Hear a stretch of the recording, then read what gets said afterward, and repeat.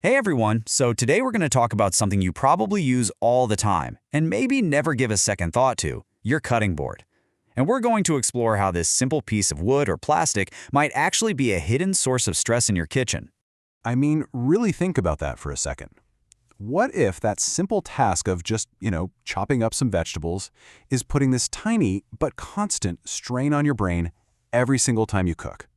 It might sound a little dramatic, I know, but the science behind this is absolutely fascinating.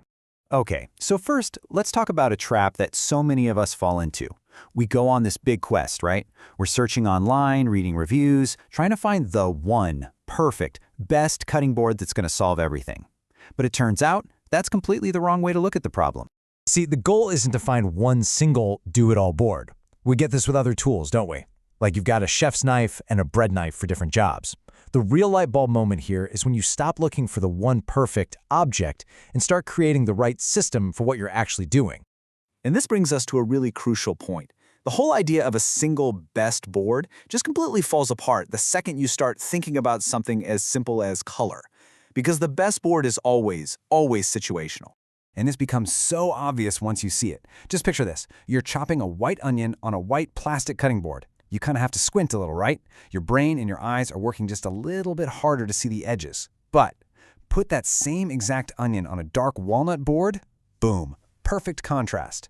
It works the other way too. Slicing dark red beets on a light maple board, all of a sudden the whole task is just visually effortless. But this isn't just about making things a little easier to see. It's about something much deeper. It's about reducing the hidden mental work your brain is doing. And this is where we get into the really cool cognitive science of it all. Think about it. When you're making dinner, it's not one big task. It's actually this constant stream of hundreds of tiny little decisions. Where's the spatula? Is the pan hot enough? Is there a clean spot on the board for this celery? Each one seems tiny, but they add up fast. And all those little decisions lead to something called decision fatigue. It's a real thing. It's this idea that our ability to make good choices actually gets worse the more choices we have to make. So every single time you have to hunt for a clean spot on your board or debate whether you need to wash it mid-recipe, you're using up precious mental energy. So here's where it all connects. When you can't quite see the onion you're dicing, your brain is firing off all these extra little signals just to guide your knife safely. That visual strain is directly adding to your overall decision fatigue. It's like this tiny little tax on your brain power, but you're paying it over and over and over again. Okay, so we've laid out the problem, right? A single board can create visual strain and decision fatigue. So what's the answer? Is it some expensive, high-tech gadget? Nope. The solution is beautifully, almost ridiculously simple. That's it, two. The answer isn't a better cutting board, it's just having two of them. It's a system. And here's why this little system is so powerful. You've got two boards, one light, one dark. Right away, you solve the contrast issue. White onions, they go on the dark board. Dark mushrooms, they go on the light one. That's step one. Visual strain is just gone. And because you have two, you're not doing that mental Tetris of where do I put this next thing? You just move to the other board. That's step two. Decision fatigue gets cut way down. And the result is this huge shift in how cooking feels.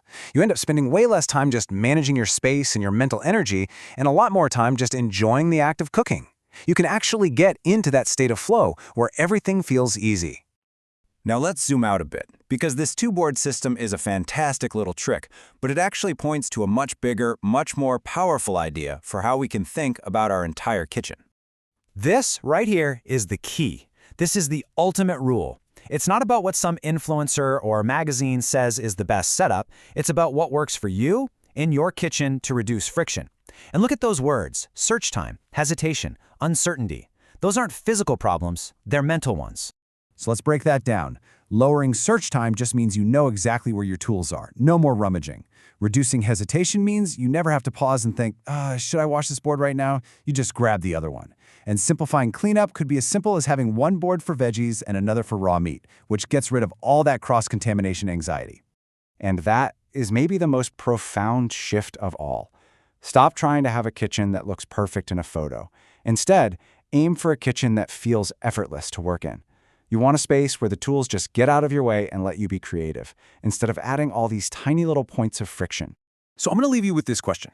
The two-board system is just one example. I want you to look around your own kitchen with this new perspective. Where are the little moments you hesitate? What are the things you're always searching for?